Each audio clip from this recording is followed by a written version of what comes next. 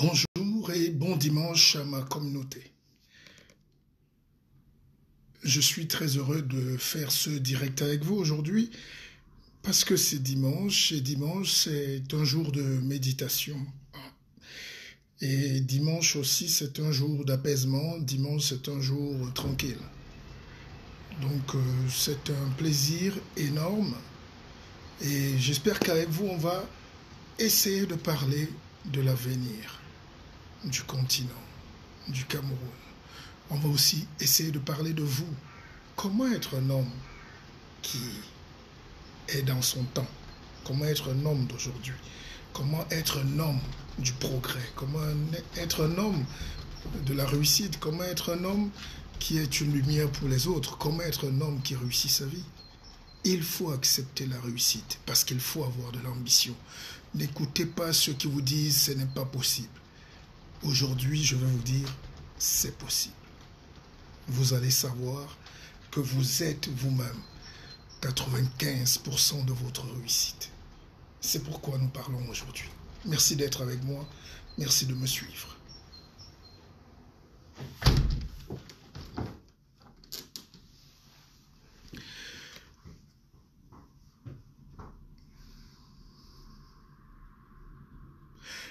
Je sais que pendant les derniers directs où les vidéos ont longtemps circulé, les gens m'ont posé beaucoup de questions et il faut qu'on réponde. Parce que chez nous, quand quelqu'un meurt, on dit toujours, j'aime bien cette formule-là, on dit toujours dans nos villages, ah, le type là est mort avec trop de choses dans le ventre. Moi, je n'aimerais mourir avec rien. Rien. Vraiment rien. Ni matériel, ni dans le ventre, ni rien. J'aimerais donner le maximum du peu que j'ai reçu. Et c'est comme ça qu'on réussit à faire un pays des hommes qui se développent. C'est comme ça qu'on réussit à construire les familles. C'est comme ça qu'on réussit à bâtir une nation. Aujourd'hui, si on a pris du retard dans nos vies, si on est toujours les derniers, si on est toujours les nègres, si on est toujours des esclaves, si on est toujours maltraités, c'est parce que nous n'avons pas eu cette culture qui nous permet d'aller de l'avant. Alors, il faut savoir que les gens vous regardent avec mépris parce que vous représentez le mépris. Les gens vous regardent avec condescendance parce que vous leur inspirez la pitié. Les gens vous regardent avec un air d'exclusion parce que vous êtes pour eux source de peine, de malheur. C'est comme ça qu'on regarde les Noirs à travers le monde. C'est comme ça qu'on vous regarde à travers le monde. Quel que soit votre titre, votre grade, votre type d'élévation, il arrive parfois que des petits va-nu-pieds à la gare de Bordeaux regardent un professeur agrégé africain comme s'ils peuvent l'enseigner. Mais pourquoi? Parce qu'ils ont inculqué dans leur tête que nous ne valons pas grand-chose. Et parfois, nous leur donnons raison. J'aimerais donc, au sortir de ce direct, chacun se dise, oui, pourquoi pas? Oui, je peux. Il ne faut pas se sous-estimer. C'est quand on peut des petites choses qu'on fait des grandes choses. Et il faut déjà vouloir faire des grandes choses. Vous savez, le monde est fait de telle en sorte que c'est toujours les mêmes qui souffrent. Depuis 1000 ans. On nous dit que les Noirs étaient grands en Égypte. Je suis d'accord. On dit qu'on avait les pyramides. Je suis d'accord. J'ai même lu avec beaucoup d'intérêt les travaux du professeur Cheikh Anta Diop. Je suis d'accord. La théorie du carbone 14. Je suis d'accord. C'est les Noirs qui avaient l'Égypte, la civilisation, le savoir. Il faut savoir que Socrate est venu étudier en Égypte, le père de la philosophie. Le père d'Aristote, Platon et tous les autres est venu étudier chez nous. Oui, mais pourquoi on est parti donc des pyramides? Kémit, aux huttes, à la Sanaga et aux maisons en poto-poto sur l'Oignon et dans la Bénou. Et donc, c'est ces sujets qui me poussent aujourd'hui à vous amener à réfléchir sur pourquoi nous ne sommes pas les champions et comment nous devons être des champions. Donc, bienvenue. Et n'oubliez pas que c'est dimanche. Hein. Dimanche, les dimanches à Bamako, c'est le jour de mariage, c'est ça. Et vous voyez, ce qui me gêne aussi dans notre communauté, c'est qu'on n'a pas appris à partager. Qu'est-ce qu'on se fait d'ennemis sur cette terre? Qu'est-ce qu'on se fait des inimitiés sur cette terre? Juste parce qu'on a envie de dire aux gens, vous pouvez y arriver.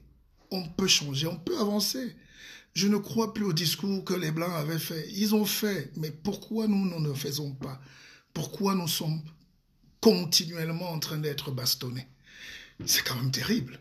Un match à aller-retour, si le gars vous tape à l'aller et vous tape au retour et vous tape en finale, ça veut dire quand même que c'est vous le problème. N'accusez pas le gars parce qu'il est trop fort. Commencez à regarder si vous alignez les bons joueurs. Est-ce que l'Afrique aligne les bons joueurs dans son équipe? Est-ce que les équipes africaines, le Cameroun, le Congo, le Gabon, le Centrafrique, tout ce que vous voulez, est-ce que l'homme noir aligne les bons joueurs? Déjà dans sa famille, est-ce qu'il aligne les meilleurs? Est-ce que dans son village, est-ce qu'on appelle le meilleur? Est-ce que le chef du village est le meilleur ou est le leader? Aujourd'hui, vous voyez qu'on conteste de plus en plus les chefferies, les petits postes, parce que les gens se rendent compte que c'est souvent le plus nul du quartier qui veut être gérant. Mais ce n'est pas possible dans le monde d'aujourd'hui. Le monde va tellement vite. Si on ne prend pas les meilleurs, si on ne se bat pas pour attraper le train qui avance à grande vitesse, on sera toujours en train de crier qu'il y a eu catastrophe à Ezeka. Regardez par exemple le cas du Cameroun. Vous êtes en train de jubiler. J'ai vu des gens, 4 ministres aller inaugurer les trains, les locomotives qu'on ne fabrique nulle part ailleurs. On vient de recommander les mêmes locomotives qui ont tué près de 5000 personnes. C'est incroyable. Et des choses du siècle passé, on continue de les utiliser et les gens continuent de jubiler. Les ministres viennent inaugurer, les gens dansent, ils transpirent, ils rient, ils crient, se saoulent, ils boivent et on va se plaindre demain quand le Sénégal est en train de passer au TGV. Le Nigeria est passé au TGV. Le Rwanda est passé au TGV.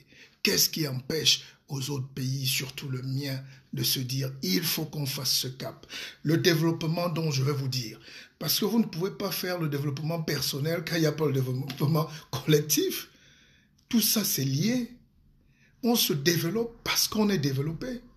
Ce n'est pas parce que je suis développé qu'il y aura le développement. Je peux vous jurer que dans mon village, je ne suis pas une lumière.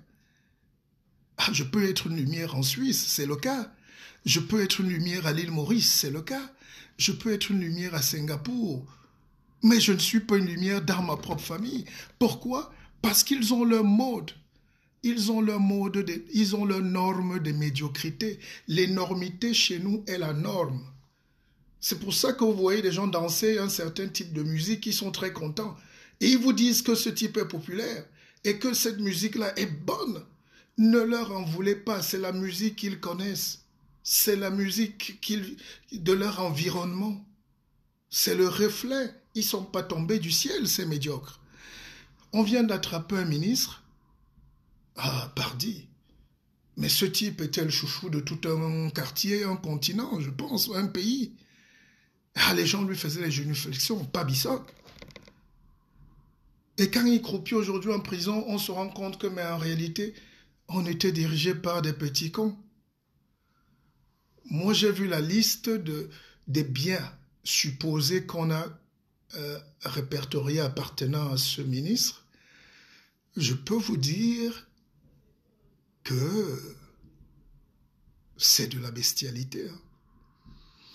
Je n'ai pas vu dans la fortune énumérée une usine agro-industrielle dans son village où il emploie 50 ou 10 ou 1000 jeunes qui transforment l'huile de palme en savon ou en produits cosmétiques. Voilà, je n'ai pas vu une usine de plantation de manioc qui transforme le manioc en farine pour faire du pain.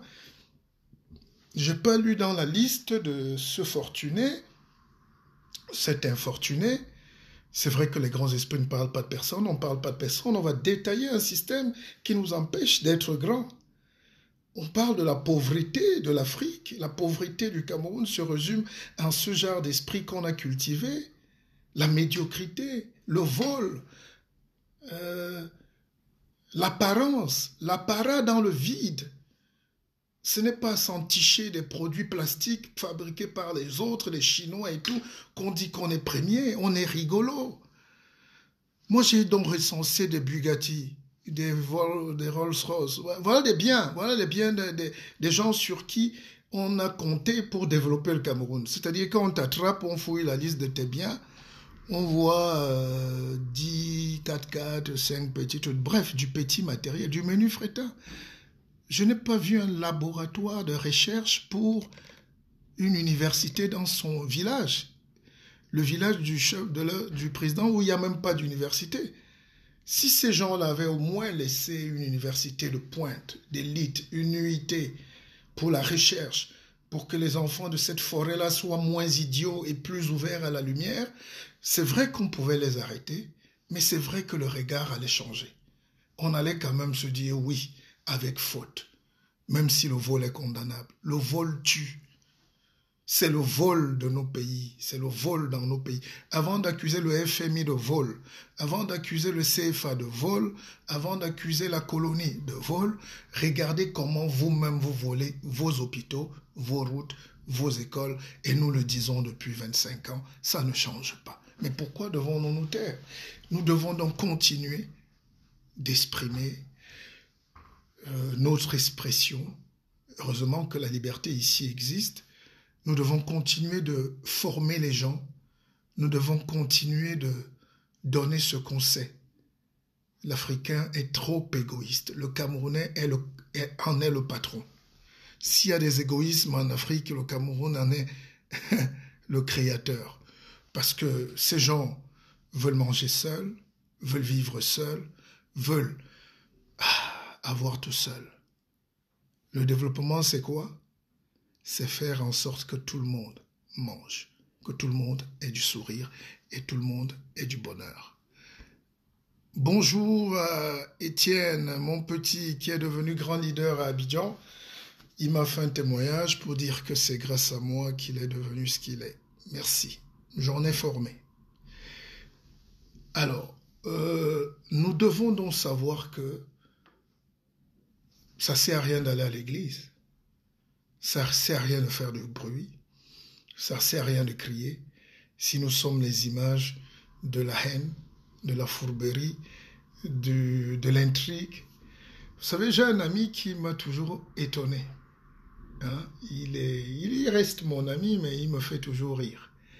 C'est-à-dire, il fait le tour de nos amis communs pour véhiculer la médisance autour de moi, de peur que j'ai souvent un nouveau contrat. Et il vient rire avec moi. Et moi aussi, je ris avec lui parce que ma vie ne dépend pas d'un type de rapport. Et regardez qu'au Cameroun, ils font exprès d'écarter tous les gens qui peuvent être meilleurs. Je vous parlais de ce ministre voleur qu'on a arrêté, qui est à Kondengui. Comment on a pu nous imposer un type comme ça pendant 25 ans? Et les gens avaient peur. Pourtant, quand vous grattez, c'est rien du tout. Intellectuellement, il n'a rien prouvé. D'ailleurs, quand vous fouillez son petit parcours, vous regardez que dans l'école d'où il sort, il était le dernier. Et il est entré parce qu'il était le dernier, parce qu'on voulait faire de lui un grand. C'était le fils du président. Et à la sortie, lui qui est dernier de sa promotion, il a les plus hauts postes. C'est lui le premier. Cet exemple nous montre comment marche le Cameroun, comment marche la plupart des pays africains. Ça n'existe nulle part au monde. Quand on veut le développement, on prend les meilleurs. Je vais donc vous poser une question simple. Où sont passés les meilleurs, les premiers qui étaient dans cette école avec le voleur? Vous allez trouver que beaucoup sont morts de misère, beaucoup sont morts de manque d'affectation, beaucoup sont morts de tribalisme, de frustration énorme. Et la preuve, on a donc laissé des nullards nous diriger. Le résultat, mais vous savez, on vous dit que quelqu'un a mangé près de 1000 milliards seul avec ses amis. 1000 milliards dans un pays comme le Cameroun. Ah, je peux vous dire que même Dieu applaudit. Hein. Et comment on a laissé faire pendant longtemps. Le développement, donc, c'est quoi, je vais vous le dire. C'est d'abord mettre les meilleurs, mais s'assurer que les systèmes de contrôle sont imparables. Même si on me donne ici, en Suisse, 10 milliards de gérer, il sera très difficile pour moi de toucher même un billet de 500. Il faut réfléchir pendant longtemps. Et comme réfléchir pour voler est plus dur que réfléchir pour travailler, je vais travailler. Les hommes sont pareils partout, mais c'est les mécanismes de contrôle qui font élever les gens. Je vais vous parler aussi ce dimanche de ce monde invisible. Parce que nous, vous me voyez, mais en réalité, je suis invisible, vous ne me touchez pas. Donc quand vous voyez quelque chose de visible, sachez que le monde est entièrement constitué des choses invisibles. Vous pouvez voir les racines, les branches, les fruits, vous ne verrez pas les racines et vous ne savez pas ce qui se passe en bas. La vie est donc comme ça. Il y a un certain type de choses qu'on voit, mais qu'on ne touche pas. Et ces choses-là, c'est Dieu qui vous les donne. Et comme les esprits africains ne sont pas prêts, c'est pour ça qu'on nous tape aller-retour, demi-finale, finale.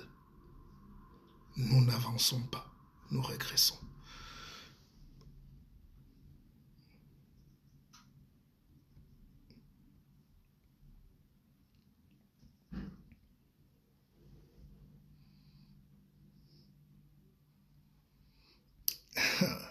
Nous n'avançons pas, nous régressons. Alors, pour être développé, il faut croire aux forces qu'on a. Et je sais que actuellement au Cameroun, on éteint toutes les forces, toutes les lumières qui brillent. On désactive. Il faut juste un faisceau. Il faut juste un petit couloir pour quelques-uns qui brillent. C'est un seul type qui doit avoir le groupe. Hein? Il a un peu de lumière, mais le reste est dans le noir. Et c'est ce type de management que les colons ont laissé. C'est pour ça que l'urgence, si nous aimons notre pays et si nous voulons que Dieu nous regarde, il faudrait qu'on soit prêt pour demain. Si on laisse le pays avancer comme ça, on va nous imposer des fausses organisations comme des organisations. Je vois, il y a une petite élite qui jouit, hein, je ne suis pas contre. Je ne suis pas là pour faire le procès de ceux qui vivent bien. C'est comme si moi je vivais mal. Mais regardez qu'au Cameroun, la masse souffre énormément. Et il n'y a plus personne pour s'occuper de la masse. Le peuple souffre énormément. Et il n'y a personne pour s'occuper de ces gens, ces pauvres gens. Les jeunes filles sont abandonnées, sans éducation, sans travail. Les hommes sont abandonnés, sans éducation, sans travail, parce qu'ils n'ont personne. La République n'existe pas. Les quelques-uns qui ont un petit stage, un petit boulot, quand ils sont payés 2 mois sur 1, applaudissent et ils disent merci. Parfois, ça va 6 mois d'aéré. Nous avons donc tué l'énergie de production du talent. Nous avons tué le talent. Nous avons tué le talent. Bill Armando, c'est regrettable pour notre nation. Vivement la prise de conscience effective, le constat est amer. Mais regardez, j'ai fait une petite conférence avec mes jeunes frères, mes amis des États-Unis l'autre jour, vendredi, pour parler de l'éducation. Vous savez qu'on ne nous apprend rien, enfin rien de bon. On nous apprend juste à ne pas être conscient de qui nous sommes à la fin de nos études. On nous apprend juste à acheter le costume. On nous apprend à voler. On nous apprend à beaucoup bavarder, mais on ne nous apprend pas à transformer la matière, à faire de l'application. Dieu est une application. Le savoir est une application. L'intelligence est une application. Le développement demande des applications. Nous ne sommes pas appliqués. Nous ne sommes pas appliqués. C'est pour ça que je suis très heureux de voir que les gens fêtent. Parfois, nous, on réfléchit là, mais les gens sont en train de fêter, de boire au bar, hein, de se saouler la gueule, ils sont heureux. Ils ne se posent pas les bonnes questions. Quel est notre rôle? Pourquoi nous vivons? Et qui nous a envoyés sur cette terre? Et qu'est-ce qu'on doit laisser sur cette terre? Voilà, c'est aussi, aussi basique que ça. Aussi basique que ça. Aussi basique que ça. Donc, j'ai un problème avec l'homme africain, j'ai un problème avec le Camerounais qui veut prier Dieu. Il crie même plus que tous les autres. Mais il n'arrive pas à se former mentalement et avoir une autodiscipline du progrès. Je n'ai jamais vu. Vous pouvez mettre 2000 Camerounais dans une salle pour boire le champagne que les autres ont fabriqué, mais il vous sera difficile de mettre 20 personnes ensemble, même pour une réunion de famille, pour décider qui doit conduire le projet. Dans les associations, c'est pareil.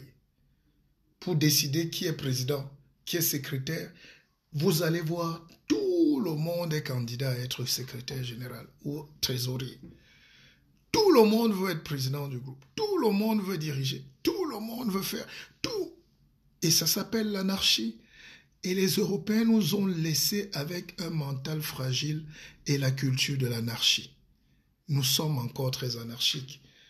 Les cérémonies où on garde les 4x4 et on crie, on danse, ne m'impressionnent pas. Parce que si vous fouillez au fond, il y a beaucoup de couacs. Quand nous organisons nos choses, regardez comment ça se passe. On dit toujours, ah, c'était bien cette fois-ci, ça sera meilleur la prochaine fois. Parce que c'est faux à 40 ou 50%. Des erreurs techniques, des ceci, des couacs et tout. Et nous, on dit non, laissons, il va faire bien demain. Le développement, donc, ce n'est pas d'avoir 9 de moyenne ou 8, c'est de faire comme les petits Chinois ou Coréens, avoir 19. Et c'est les 1% pour atteindre 20 qui devient notre défi. Or, notre défi, c'est l'effort qu'on fait pour ne pas avoir 0. Quand vous luttez pour ne pas avoir 0, vous êtes dans la médiocrité, vous êtes dans la nullité, vous êtes nul. Et un peuple nul est un peuple qui souffre. Fuyez même.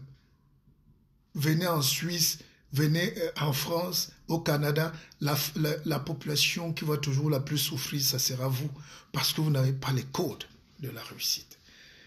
Nous sommes les derniers partout. Chez nous, nous sommes derniers. Ici, nous sommes derniers. Ici, nous n'avons pas le travail. Là-bas, nous n'avons pas le travail. Chez nous, nous n'avons pas le travail. Donc, dites-moi à quel moment l'homme noir a été grand. Dites-moi à quel moment on a été des gens du progrès. Dites-moi à quel moment c'était bien. Quand moi je regarde tout ce qu'on fait là, les gens disent que c'est bien. Vous voyez la médiocrité.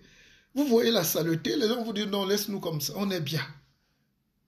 Je vous rappelle que quand vous êtes en Corée du Sud, ces gens qui étaient moins riches que nous il y a 30 ans, quand vous mâchez même le chewing-gum dans le métro, on vous donne une amende. Le chewing-gum, le bruit du chewing-gum, hein, comme vous connaissez.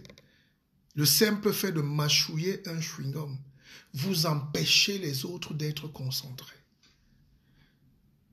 Et à mes étudiants, à ceux qui me suivent, je leur donne d'abord les premiers cours. Le premier module, c'est la concentration. L'esprit concentré. J'allais même dire concentrique. Mais il faut déjà être concentré. Pour être concentré, c'est-à-dire croire en soi pour exister, pour éclore. Vous voyez, en Europe, la population vieillit très vite. Mais ils ne vous disent jamais que la population est en train de vieillir. Ils font comme s'ils sont en train de vous donner la chance en vous donnant un titre de séjour. En réalité, c'est eux qui ont besoin de vous. Mais ils font comme si c'est vous qui avez besoin d'eux. C'est comme ça que le monde marche. Quand je vends mon cacao, il faut que je te montre que c'est toi qui as besoin du chocolat, pas moi. Or, le type qui vient acheter ton cacao chez nos grands-pères, chez nos papas là-bas au village, il vous fait croire que c'est lui qui vous donne la vie parce qu'il achète votre cacao. Et parce qu'il achète votre cacao, qu'est-ce que vous faites avec l'argent qu'il vous a donné? Vous allez acheter le savon, vous allez acheter l'huile, vous allez acheter les produits de beauté et un peu d'habits. Donc, vous n'avez que consommer ce que vous avez produit. Vous avez redonné l'argent à ces gens. Concentrez-vous donc. Concentrez-vous. Concentrez la tête. Concentrez votre famille, vos relations. Concentrez maintenant votre business autour de vous et de vos amis. Le juif est le seul être au monde à pouvoir faire travailler 100 millions de personnes. Mais c'est lui qui est concentré, il prend. Je suis en direct sur Facebook, je suis en train de travailler pour Zuckerberg. Je suis en train d'enrichir le petit Zuckerberg. Mais la question que je dois me poser, c'est qu'est-ce que moi je gagne en faisant ce direct? Qu'est-ce que je gagne? Moi, en enrichissant Zuckerberg, qu'est-ce que moi je gagne? Parce que les gens ne savent pas. Vous qui vous engueulez sur Facebook souvent et qui faites 10 millions de vues ou 10 000 vues, sachez que ça intéresse Zuckerberg. Vos engueulades constituent son business. Puisque vous créez de l'audimat, il peut mettre de la publicité. Lui vous vend sa pub. Il vend aux entreprises la publicité parce que il dit aux gens, vous êtes vus. Il a de l'audimat. Là, vous êtes en train de me regarder, vous me donnez de l'audimat, mais je prends de mon temps pour que vous ne perdez pas, de vous donner aussi le peu que j'ai. Parce que le Camerounais ne donne jamais. Qu'il soit président ou de section ou président tout court, il ne donne pas. Il veut avaler. J'ai vu des gens qu'on a pris en prison au Cameroun, des gens qui volent. Il y a un directeur du port un jour, on a dit qu'il avait volé 14 milliards, mais dans son parquet, on a aussi retrouvé les starlettes de 150 000 volées. Le ministre qu'on a arrêté l'autre jour, il gagnait des marchés, sa femme gagnait des marchés de 2 millions pour les bâches, de 5-10 millions. Mais en même temps, il gagnait des marchés lui-même d'1 milliard, 4 milliards, 10 milliards, 20 milliards. Mais il gagnait aussi les marchés. Ah, la ressource humaine est négligée. C'est ainsi qu'on continue de perdre du temps. De régression s'éloigne des objectifs de Dieu.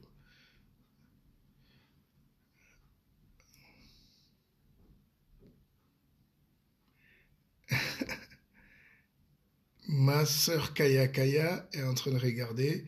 Mais tu sais que je t'aime, je vous aime tous. Tu es dans mon cœur. Non, mais il faut qu'on explique aux gens comment marche le monde. Il n'y aura jamais un monde où vous serez couché chez vous. Vous n'êtes pas prêt à la guerre et vous allez vivre tranquille.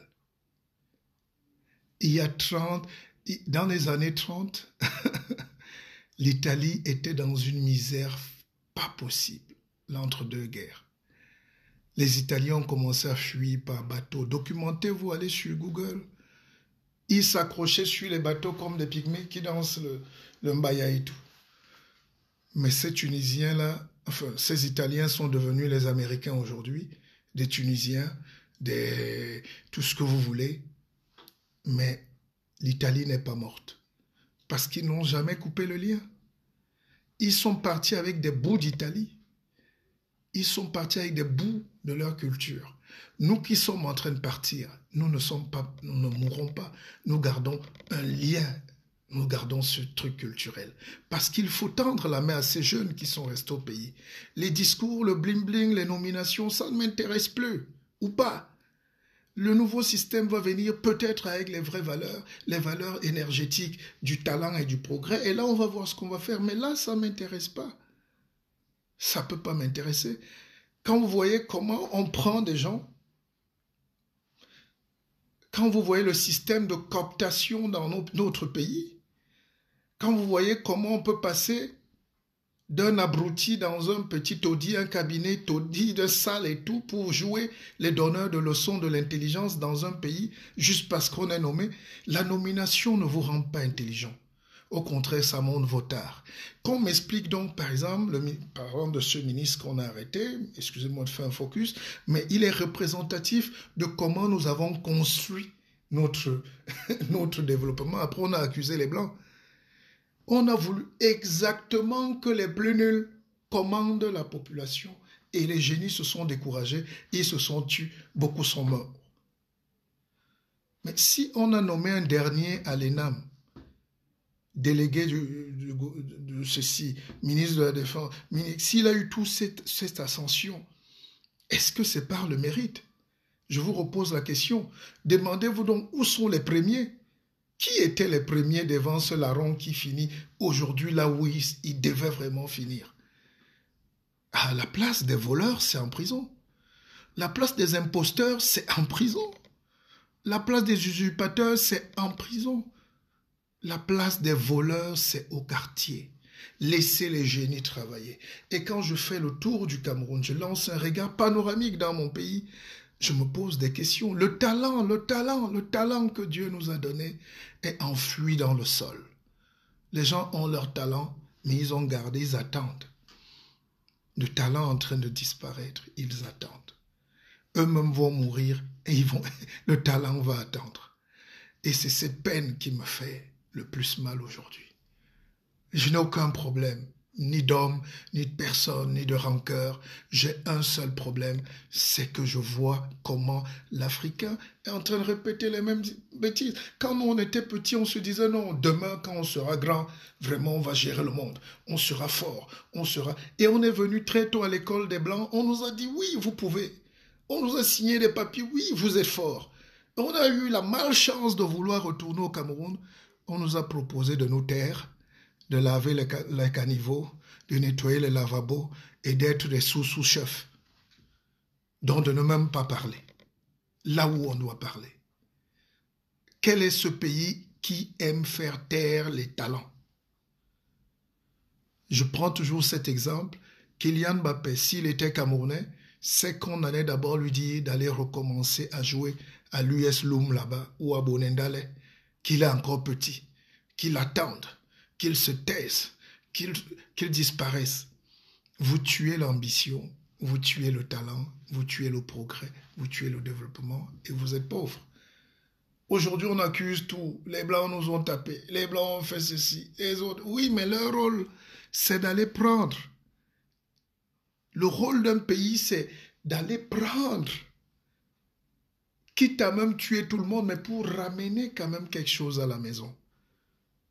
Sarkozy est un très bon président pour la France. Ah oui, oui. Giscard d'Estaing, le diamant de Bokassa, était un très bon président pour la France. De Gaulle, qui a fait charger les Africains comme des moutons à Douala et à Brazzaville en 1944. Parce que Brazzaville et Douala étaient les capitales de la France libre. Ah, ils sont venus prendre des gens et la nourriture, on donnait le plantain, le macabo. Oui, pour venir travailler pour eux. Ils s'en foutaient, ils nous mettaient devant les Allemands. On nous a tous tués, beaucoup ont résisté, mais ils ont gagné. Ils avaient besoin de notre chair.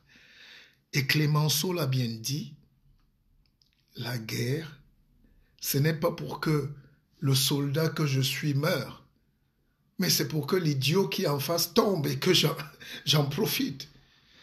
Et cette guerre est aujourd'hui plus technique, plus commerciale, plus subtile, plus mystique. Mystique parce qu'ils vous ont imposé leur Dieu, enfin leur religion.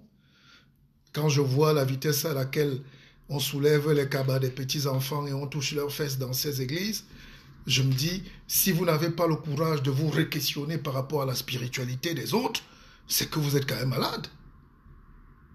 Si vous n'avez pas le courage quand même de vous dire, mais ces gens-là nous ont quand même vendu n'importe quoi. Ce qui se passe aujourd'hui dans l'église catholique, par exemple, c'est exactement ce qui s'est passé avant. Ces prêtres, ils attrapaient nos mamans. Ces prêtres déshabillaient nos parents. Ils défenestraient nos enfants. Ils violaient systématiquement toute notre énergie. Et ils prenaient cette énergie pour nous conditionner la tête. on nous conditionnait la tête pour rentrer dans le champ, pour aller cultiver ou pour faire le chemin de fer. Et imaginez donc qu'aujourd'hui, exactement rien n'a changé. Mais c'est maintenant donc qu'il faut mettre les mécanismes pour dire aux gens, ça suffit. Ça suffit. Moi, le président Biya peut mettre 1000 ans là. D'ailleurs, qui meurt là serait peut-être mon souhait. Mais ce qui m'inquiète, c'est est-ce qu'on va continuer de dépendre de la puissance des autres? Est-ce que Carrefour, vous savez que les petits cultivateurs français, suisses, canadiens qui font le blé, le lait, le porc et tout, la sardine, s'ils ne peuvent pas vendre dans vos pays, ils sont en crise. C'est pour ça qu'on commence à créer la guerre chez vous, pour qu'il n'y ait pas de route, pour que le plantain ne sorte pas de Souza pour Douala, de Nkapa pour Douala, de Boya pour Douala, de Bamenda pour Yaoundé. Il faut qu'on ne se communique pas, il faut qu'on casse tout, qu'on ne parle pas entre nous. Mais par contre, eux, ils créent des routes commerciales. Ils créent des routes commerciales. Vous voyez Carrefour en train d'ouvrir un deuxième magasin à Yaoundé, dans un pays qu'on dit pauvre, dans un pays qu'on dit foutu. Mais eux, ils construisent encore un magasin. Et c'est là où les Camerounais, quand on vous lit leur fortune, on dit qu'il avait 2 villas à San Milima. 2 villas de luxe. Mais tes villas ont quel apport dans l'industrie, on dit l'apport en industrie ou en numéraire. Qu'est-ce que ça nous apporte, cette manière égoïste des Camerounais à vouloir nous présenter leur 4x4? Qu'est-ce que ça nous apporte? Carrefour donc travaille pour le petit commerçant français. Parce que le bas de table qui est produit en France, le blé qui est produit, ne peut pas être consommé par les petits 60 millions là. Il faut trouver les marchés. Si je dis ça pour le blé, le pain, la sardine, la tomate, les avocats, je dis aussi ça maintenant pour les armes. Pourquoi moi je suis condamné à faire la guerre avec les armes des autres? Pourquoi d'abord faire la guerre si ça me perd le temps? Vous savez, le blanc, il vit de notre vie et il vit de notre mort. Tu es vivant, il te vend les armes. Tu es mort, il t'envoie le cercueil. Il envoie l'ambulance. Et comment donc faire pour résister? Il faut former les hommes. Il faut être fort. Il faut être capable de dire, chérie, aujourd'hui, je ne veux pas le pain. Les enfants, chauffez-nous les prunes un peu et le bâton de manioc, là, on vous. Si vous faites ça même 2 fois par semaine, vous êtes en train de casser l'économie mondiale de la tricherie et du vol. Gandhi appelait ça la résistance non violente. L'Inde a fait exactement pareil pour se développer. Pour résister face aux Anglais, ils ont décidé de porter leur pagne, de rester pieds nus, d'aller marcher vers le sel, d'aller à la plage, d'aller se recueillir, d'aller prier, même le ventre vide. Ah, vous continuez à avoir une petite élite bourgeoise là, même dans les quartiers, tu peux donner 10 000 à une fille, elle va d'abord acheter une glace de 8 000. La glace est venue de Paris, quoi. Donc, si vous n'arrivez pas à un stade où vous brisez déjà ces chaînes de la consommation, vous allez mourir. Priez même 1 milliard de fois. Moi, je suis un guide spirituel. Ce que je vous dis est très spirituel. Ce n'est pas de la magie. La spiritualité, pour moi, c'est pas dire Python sort de ce corps, le feu sort de ce corps, guérit ceci.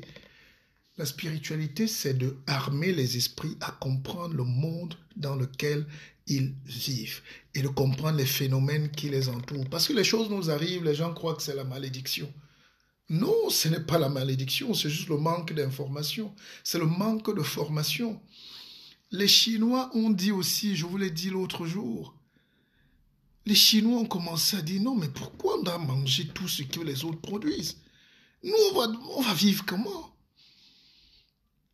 Ils ont commencé à dire, nous n'achetons rien chez les gens. Nous sommes 1 milliard, nous pouvons manger nous-mêmes ce que nous produisons. Et ils se sont mis à produire tellement vite, tellement fort, qu'ils ont dit, ah, mais comme c'est déjà beaucoup et que chaque Chinois mange déjà, on peut maintenant envahir le monde.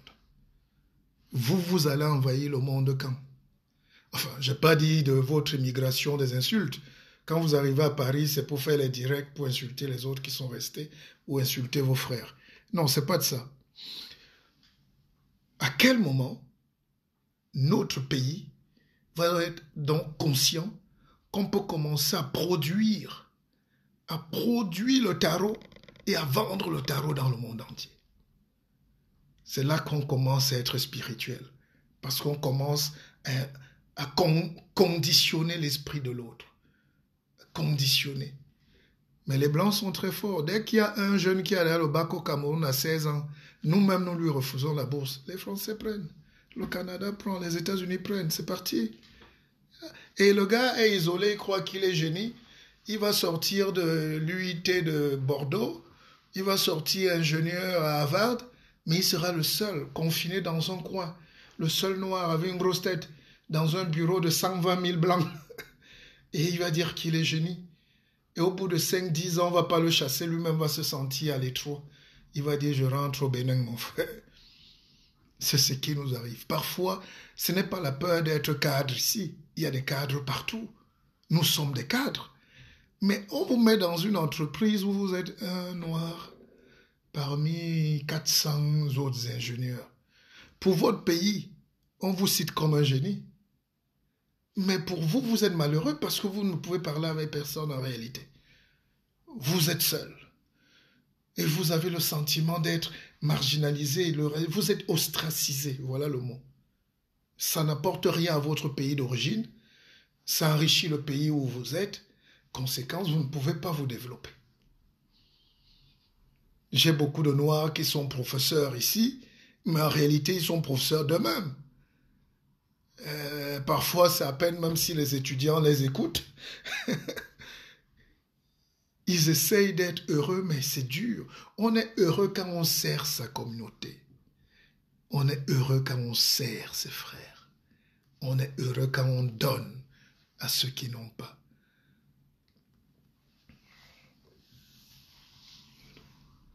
Aujourd'hui, même donner est devenu un crime. Avançons. Merci déjà d'être là. Les talentueux sont des motomanes. Ah bon? Ah, ben vous avez vu ça dans quel pays? Comment on peut avoir le talent et on est motomane? Et vous arrivez dans une société, une fille gratte les ongles, elle sort d'un village là, comme Henriette Écoué disait. Tout le monde parle le même patois dans les bureaux. C'est valable partout. Hein. Quand un Banjoun a sa société, tous les gens qui sont là-dedans sont Banjoun. Hein. Quand un boulot, c'est comme ça. On est devenus des pauvres gens tribalistes, repliés sur eux-mêmes et qui veulent briller sur le monde. Les gens n'auraient... Même si on ne vous dit pas, nous on voit. Quand je regarde une structure, je vois la tête du... On veut masquer, mais c'est trop visible. Et comment on va accuser les Blancs de racisme quand dans notre propre pays, on fait ça? Et plus dur encore. Et plus méchant. Vous entrez dans les bureaux, vous voyez... Moi, j'ai une technique. Quand j'entre dans un ministère, je salue d'abord le vigile. En sa langue maternelle. Dès que je connais, dès qu'il répond, je sais qui est le ministre. Et c'est comme ça qu'on va de médiocrité en médiocrité. On applaudit la médiocrité. Dans un pays normal, les gens se lèvent pour applaudir la saleté, quoi. Et si vous applaudissez ça, pareil comme vous applaudissiez les ministres voleurs hier, vous allez applaudir aussi les gens médiocres qui vous dirigent. Voilà les élections municipales et législatives qui arrivent au Cameroun. Vous allez voir, les mêmes gens dans les villages vont élire les gens qui ne les saluent même pas. Mais les gens très idiots quand même. Il y a les élections de députés. Vous allez voir les types de députés qui vont aller à l'Assemblée nationale. Vous allez voir. Le Camerounais aime l'homme qui lui ressemble, même en politique. Il dit, celui-ci, il est pauvre, il était comme nous. Ne sachant pas que c'est ça qu'on appelle le hold-up, parce que c'est des voleurs. Il faut justement élire l'élite qui brille par son talent et le génie. Citez-moi les génies qu'il y a dans l'équipe gouvernementale du Cameroun. Pendant qu'on y est, avant la fin, citez. Citez-moi quelqu'un qui est nommé parce qu'il est une lumière. On nous impose des gens, on n'a rien demandé aux gens. Un matin, on vous impose un nom et on se met aussi à subir. On est victime. Ils nous maltraitent. On dit, mais toi, qui t'a même donné l'ordre de maltraiter le peuple? Toi, tu es même qui? Tu as fait quoi? Et mon direct n'est pas très apprécié au Cameroun en ce moment parce que tous les Camerounais sont comme ça. Et moi, ce qui me fait toujours rire au Cameroun, c'est que personne ne dit la vérité. Tout le monde est content de Paul Biya. C'est quand même étonnant. Hein? Tout le monde est parfois content du système parce qu'il est payé, parce qu'il a son business là-dedans et ne touche pas. Moi, ce qui me fait toujours rire, c'est que nous-mêmes, les enfants du système, sans me gargariser, quand nous sommes en direct parfois, on dit des choses pour que le niveau d'intelligence s'avance. Parce que le Cameroun n'a pas un autre problème. Il ne manque pas le miel, ni l'eau, ni la bouillie, ni la patate. Il manque le niveau d'intelligence qu'on doit élever. Le développement, c'est arriver à élever la pensée collective. Une sorte d'urgence de la pensée. Mais qualitativement, il faut que que les gens comme... Ici, vous ne pouvez pas dire n'importe quoi à un Européen, qu'il ait le CP ou le doctorat. D'ailleurs, la limite entre le doctorat et le CP est moins visible parce que tout le monde a accès à un certain type d'information, à une qualité de vie. Donc, quand vous voulez raconter vos trucs, on dit, mais qu'est-ce que j'en ai à foutre? Mais au pays, moi, quand nous on dit donc des choses pour que les choses avancent, les gens croient qu'on a un point personnel. Je ne peux pas avoir un point personnel. Je vous prends un exemple. Moi, quand la dernière fois j'ai dit aux gens, attention, Yaoundé est quand même de plus en plus sale. Il y a trop de poussière, trop de poubelles.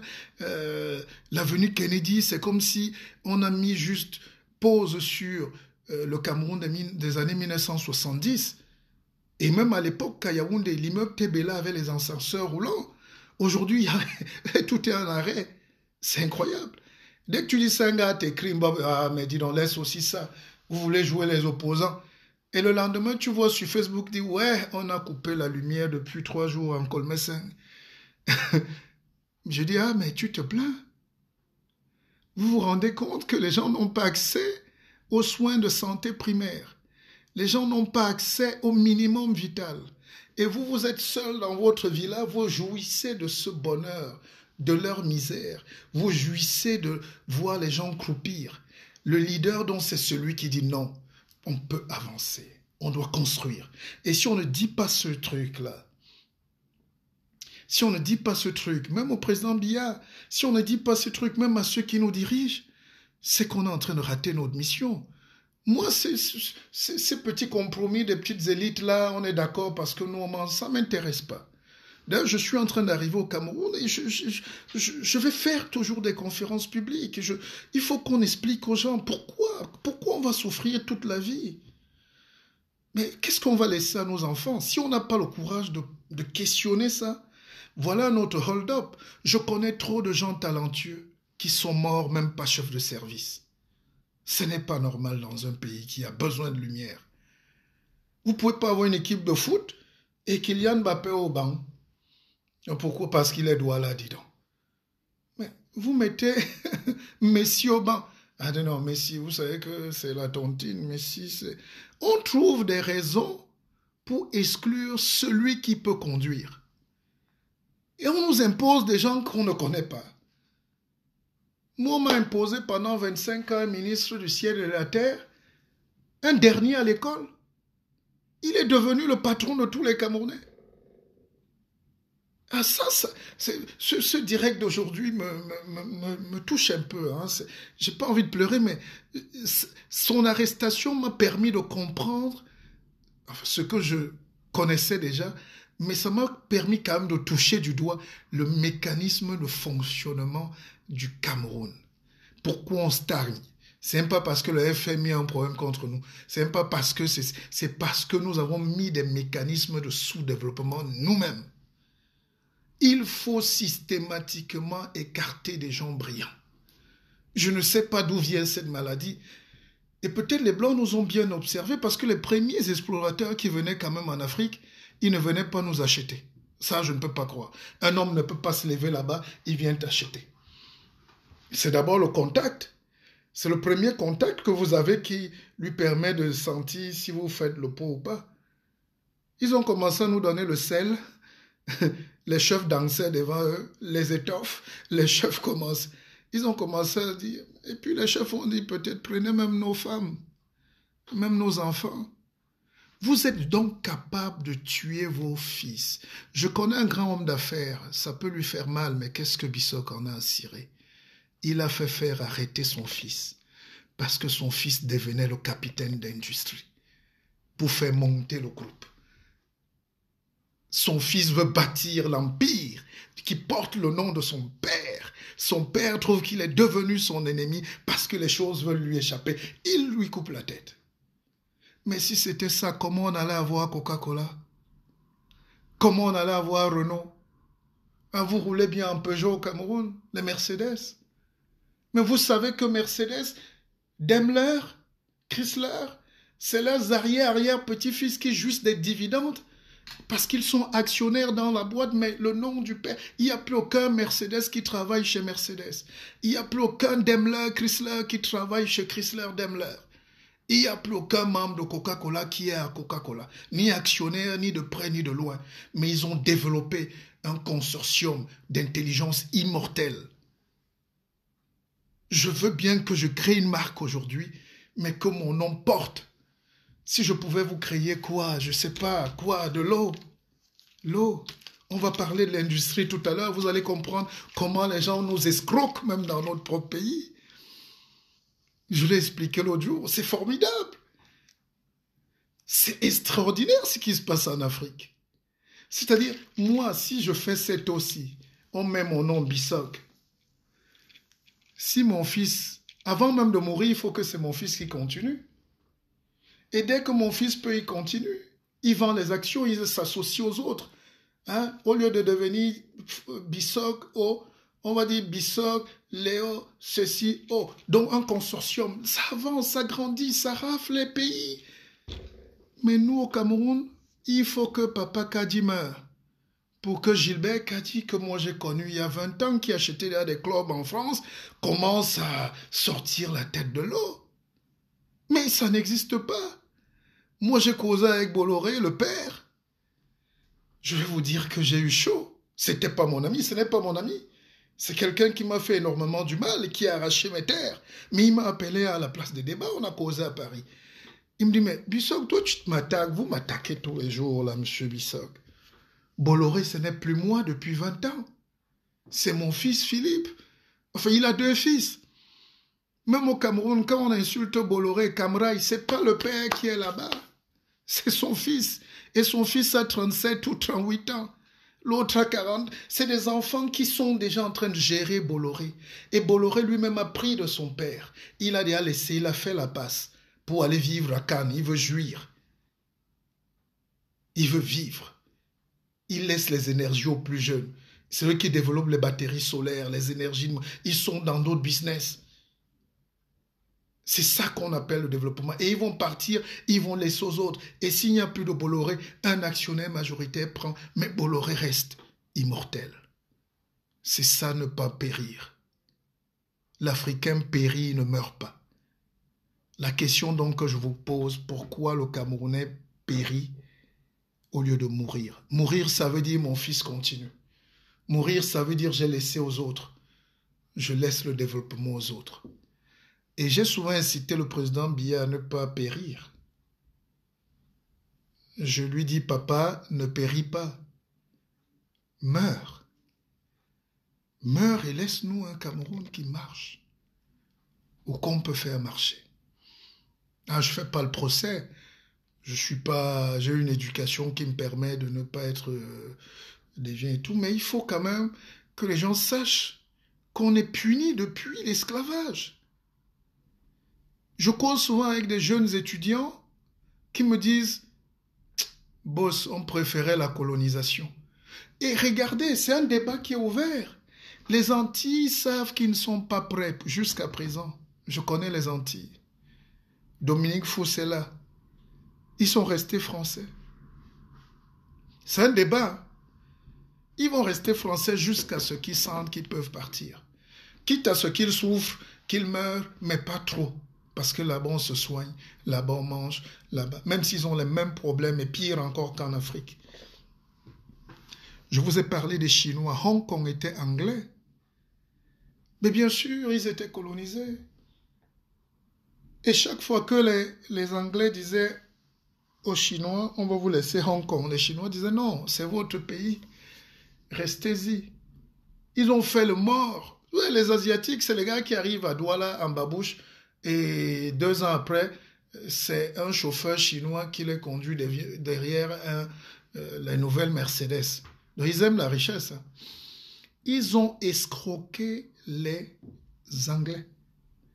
Hong Kong est devenu la première place de capitalisation boursière. Quand la Chine a donc vu que Hong Kong est déjà grand, autonome et riche, ils ont dit aux Anglais, non, vous mentez, sinon le contrat, vous devez partir. Mais donnez-nous votre... Faites ce que vous voulez. Les Anglais disent 99 ans, non 100 ans. Les gars disent, il n'y a pas de problème. Et quand les 100 ans sont arrivés, enfin, ceux qui avaient signé savaient qu'ils ne vivraient pas 20 ans. Mais ils ont signé pour que les générations futures ne perdent pas Hong Kong. Hong Kong est resté chinois. Et Hong Kong est riche aujourd'hui. De l'intelligence des Anglais, des Français, des Américains, mais c'est chinois. Il ne peut pas avoir un monde où on va se recroqueviller sur nous-mêmes. Je n'ai pas dit ça. Mais il ne faut pas que ces carrefours qui viennent encore jusqu'à chez nous me vendre la banane de chez moi produite à 20 km de ma maison. Est-ce que les Camerounais comprennent ce qui est en train de se jouer? Vous entrez aujourd'hui à Carrefour, vous avez les avocats qu'ils ont achetés là à Penja, ils vous mettent ça là-dedans, le kilo c'est 3000. Et il y a une maman avec le parasol dehors qui vend les mêmes avocats à 400. Les gens traversent les avocats et ils vont quand même acheter dedans. Regardez, ça se passe souvent à épaules pour ceux qui sont à Douala. Vous savez, moi, je ne suis pas l'homme des théories funestes et compliquées. Je vous explique terre à terre. L'enseignement, c'est expliquer terre à terre, non? Oui, les Camerounais laissent souvent les bons avocats de Bouddha là devant, les épaules. Et par snobisme, il faut qu'il entre, il va chercher. Bon, bref, avançons. Je suis fier de vous. Mylène Tchapchua, bonjour, prof, bonjour à vous tous. Je vais vous développer un paragraphe tout à l'heure qui va vous faire pleurer. Les critères de performance sont clairement inversés chez nous. On n'est aucunement objectif pour nous développer et tout. Ouais, c'est... Je vous pousse vous-même à faire le constat.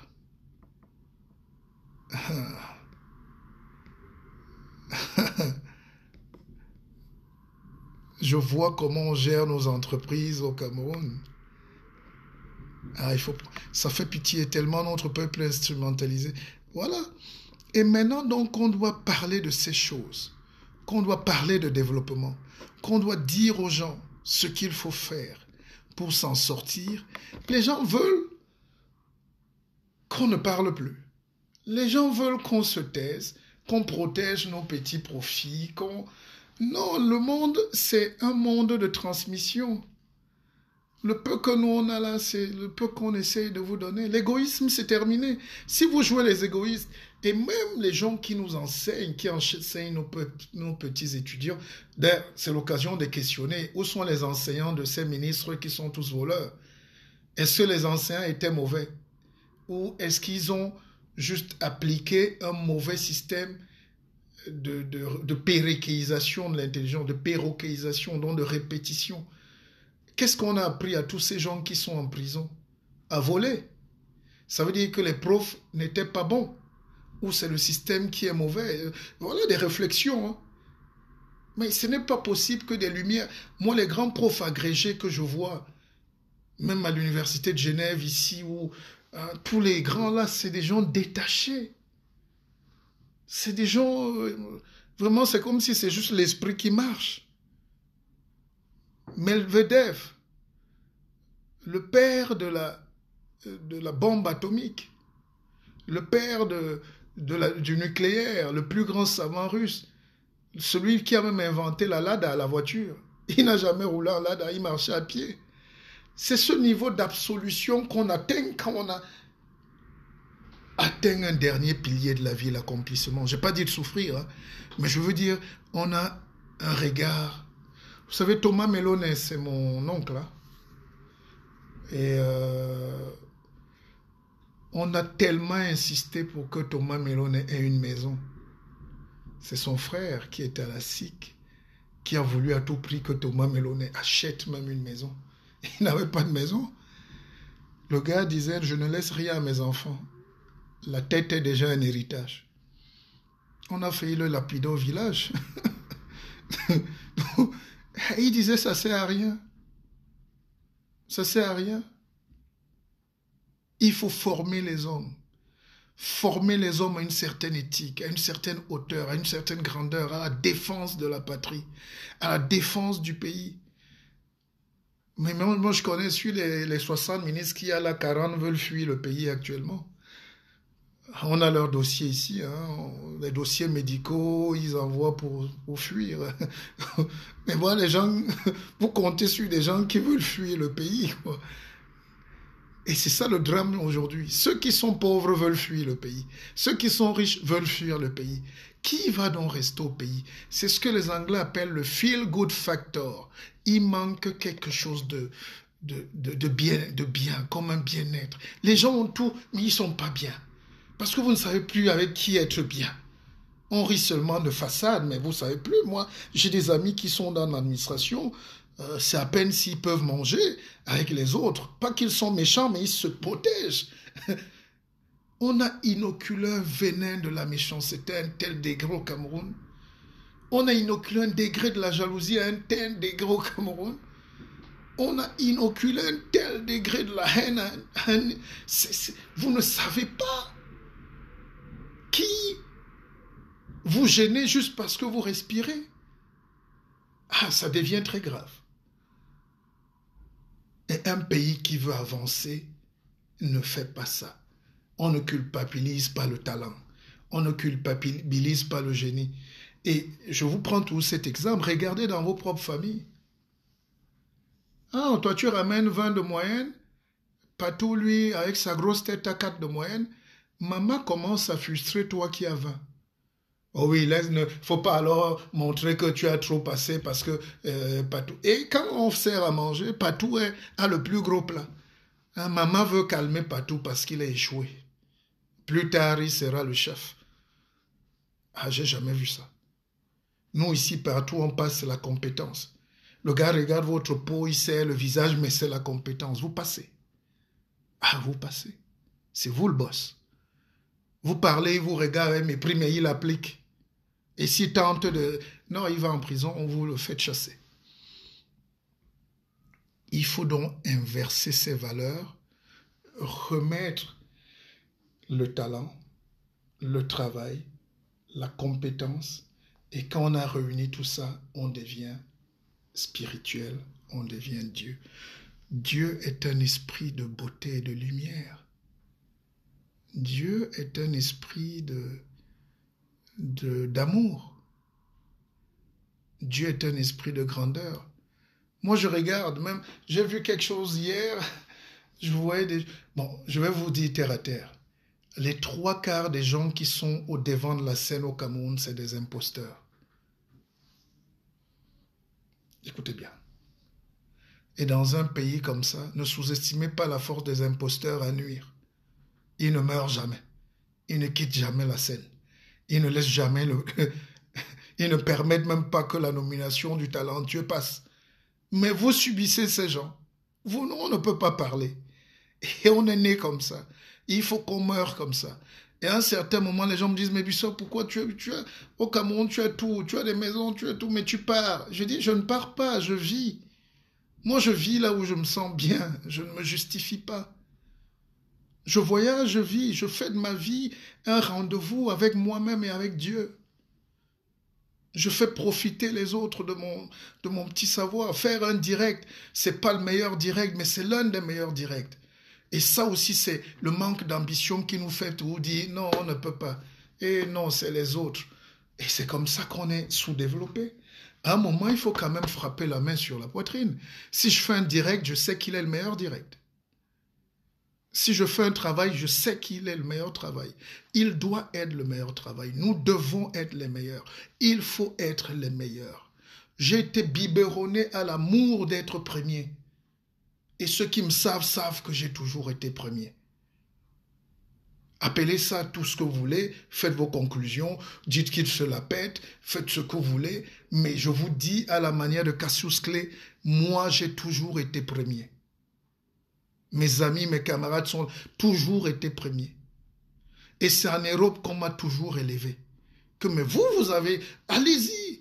Au pays on dit, tais-toi. Oh, dis donc, laisse aussi. Oh, même pour être maire de mon village, je vais perdre. Puisque le ministre de chez moi a envoyé un individu pour que je fasse partie de sa liste. At least.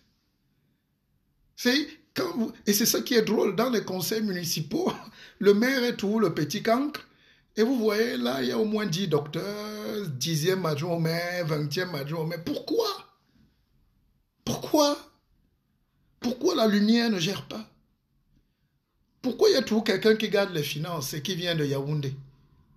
Pourquoi il y a toujours... Et c'est pour ça que nous n'avançons pas. Et nous ne sommes donc pas un état spirituel. Être état spirituel veut dire avoir un conditionnement mental à la hauteur d'Israël. Quand vous dites peuple d'Israël, vous priez les dimanches dans vos chapelles, vous les célébrez. Vous savez qui est Israël? Un Israélite ne meurt jamais. Un Israélite ne meurt jamais. Il ne tombe jamais. Je vous le répète tout le temps. Je suis très infiltré dans cette communauté juive. Un jour, un rabbin cause à moi, il me dit, vous êtes 7 milliards, nous sommes 17 millions, mais vous ne pouvez pas. Nous allons conduire le monde. Nous conduisons le monde. J'ai dit, c'est pas vrai. Mais donc, eux, ils se considèrent même plus comme les humains, les 7 milliards. Ils sont 17 millions. Laissez-nous donc gérer le Cameroun de demain et vous aurez la lumière et le miel. Ah oui! Je connais des gens extrêmement... Qu'est-ce qu'on va dire du Cameroun? Est-ce que j'ai besoin de vous rappeler que le Camerounais est un génie? Mais en Europe, il est nul, il n'existe pas parce qu'il est méchant. La fourberie individualiste qui le caractérise fait qu'ici, il s'associe très vite et il est dilué dans les petits groupes occidentaux. Les Sénégalais sont patrons dans tous les organismes africains. BAD, ceci, Develco, tout ce que vous voulez. C'est eux. Parce qu'ils ont la connectique. Ils savent comment se tenir la main. Moi, ma priorité, c'est de mettre au moins 20 jeunes à l'Université de Genève pour qu'ils poursuivent leur cursus. Ma finalité demain, c'est de savoir qu'on a ouvert des couloirs pour les autres. Quel est le Camerounais qui ouvre les couloirs? Même quand on est en Europe. Laissons le Cameroun, ils sont déjà morts. Au Cameroun, personne ne tend la main. Personne n'ouvre. Personne le 24 décembre n'ouvre la porte pour dire venez manger les enfants de la rue. Personne. Même les vieilles culottes. Hein, vous emballez, vous jetez à l'orphelinat. Personne. Ne faites pas ça. Sauf quand il y a des caméras, je connais. Mais laissez-moi donc vous dire. Laissez-moi vous dire. Ce qui fait la grandeur, c'est la transmission. Mon père me disait, un grand homme, c'est celui qui aide les autres hommes, si vous voulez la liaison. Au Cameroun, je ne vois pas.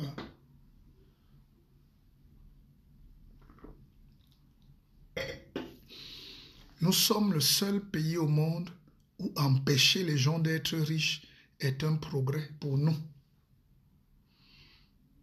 Je connais une communauté qui a su organiser. Si je la dis, on va dire que j'ai tribalisé le débat, mais je me tais. Mais ils ont démystifié le million. Le million. Permettre donc à tout le monde d'avoir accès à l'économie, ça s'appelle l'intelligence. Parce que tout ce que je dis là depuis, en réalité, c'est pour vous dire que vous n'avez pas l'économie en main. Ceux qui n'ont pas les moyens ne peuvent pas s'élever, ne peuvent pas vivre. Parce qu'ils ne vont pas manger, ils ne vont pas se soigner, ils ne vont pas aller à l'école. Les Maliens ici se retrouvent souvent à Paris, là, dans leur maison foyer, là. 2000 Maliens chaque dimanche, chacun donne 10 euros. Alors, vous appelez ça comment au Cameroun? J'ai dit donc aux jeunes de mon village un jour, donnez 1000 francs par semaine ou par mois. Vous êtes 1000 à peu près. Ça fait 1 million, non? Et on vous donne. Il faut produire. Il faut l'économie. Il faut aussi savoir qu'on ne doit plus planter pour les autres. C'est-à-dire la chaîne doit s'arrêter à un moment. Je lis toujours au journal le Cameroun est le premier producteur d'agrumes, hein, de bois verts, de bois tropicaux. Mais vous produisez le bois pour qui? Ça nous sert à quoi? Qu'est-ce qu'on profite? Les Kenyans donc, et j'ai vu ça au journal de TF1 hier, hein, c'est vrai. J'ai été marqué par un papa qui plante le café depuis 30 ans. Il dit qu'il mourait de faim. Parce que c'est les autres qui venaient souvent fixer le prix de son café. Et on a parlé de la révolution de l'avocat. Et la journaliste française a dit au nom que là-bas on a créé l'église de Saint-Avocat. Grâce à l'avocat, parce qu'ils ont coupé tout leur champ de café, ils ont dit on n'en peut plus. Mais c'est continuer l'esclavage. Moi, j'ai abandonné 20 hectares de production de bananes parce que ça m'embêtait, ces conflits, ces faux trucs. Mais je suis fier. Mais j'ai vu les Kenyans. Le papa a développé, je pense qu'il était à 10 hectares d'avocats. Et il dit qu'il a des ventes par semaine de 1000 euros, dont 650 000 d'avocats. Et il dit qu'en 30 ans de culture de café, il n'a jamais pu acheter même une vache. Et là, à moins de 2 ans, il avait construit sa maison, il avait un cheptel, il vivait, il a commencé à dire que Dieu est avocat. Voilà comment on peut transformer les gens. Ils produisent ce qu'ils peuvent manger d'abord, et puis ce qu'ils peuvent exporter ensuite. Parce que chez nous, vous passez en Konsamba, partout. Mandio, les gens laissaient les parents étaient multimillionnaires avec le café et tout. Mais les enfants ont fui, ils sont venus faire les Feman à Paris, ils ont fui, ils sont venus à Douala, parce que ça ne leur apporte rien aujourd'hui d'être tracassés pour 500 francs de café. Les champs sont en train de mourir, de pourrir. Voilà le Kenya qui nous lance un message. Tout le monde est à l'avocat. L'avocat ne chôme pas. Les industries pharmaceutiques discutent, les Européens discutent pour la table, en France tout le monde mange les avocats, ici moi-même j'en achète chaque semaine, et le peu qui reste, même le pays mange. Commencez donc à transformer votre intelligence. Et pour chuter, je vais vous dire, je vous fais une petite confidence.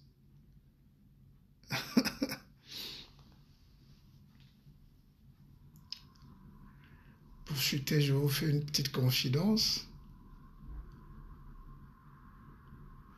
Ayez de l'ambition.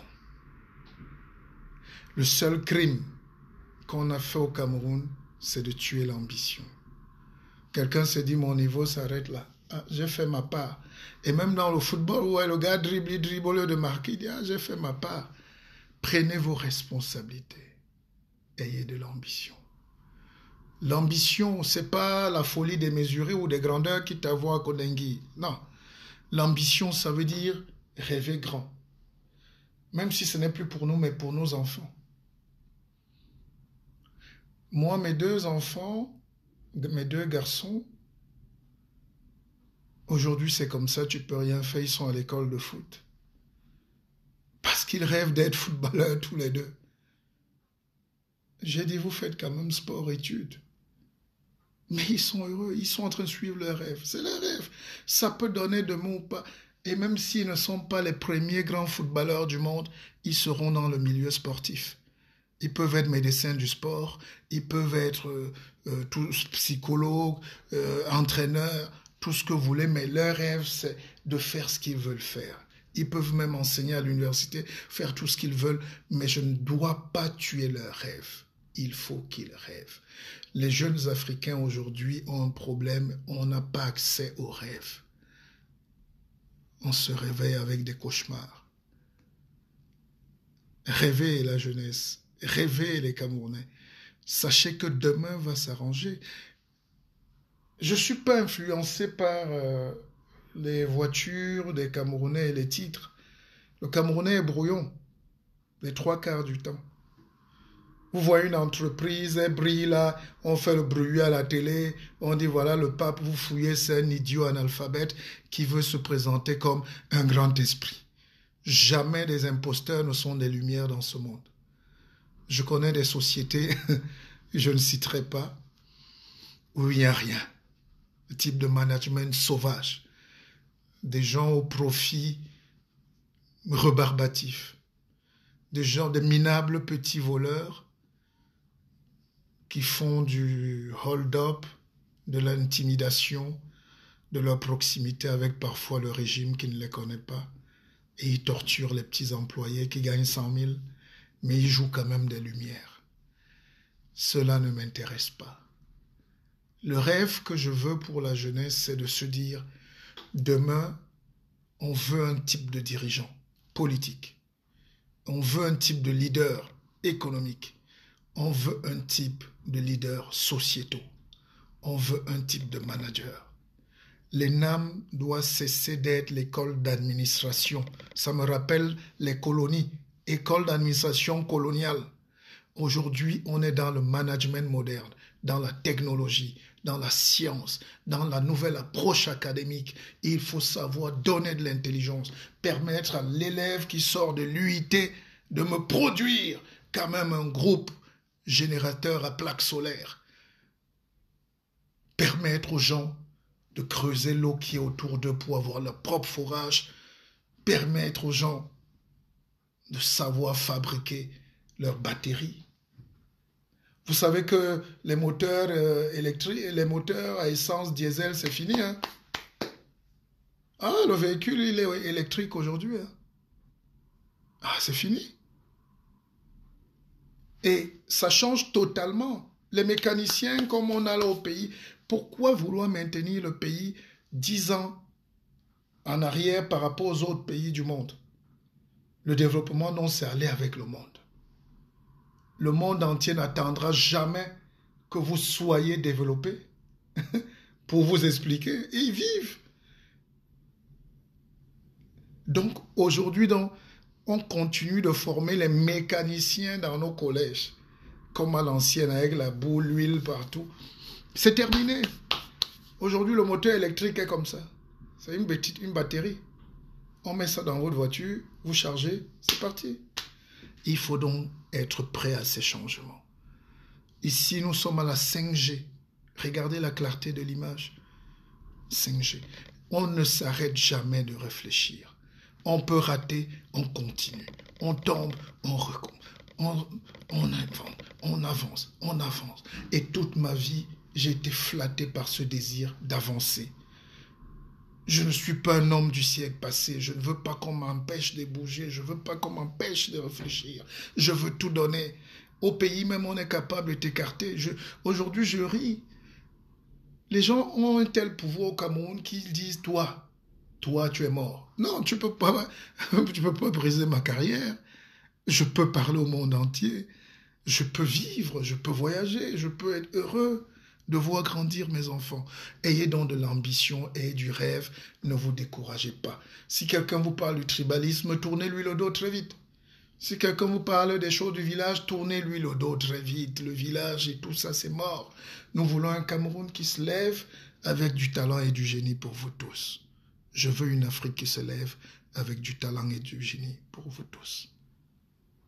Je vous aime, mes chers frères et sœurs. Et en ce dimanche, que Dieu vous bénisse. C'était le guide Martial Bissog. Merci.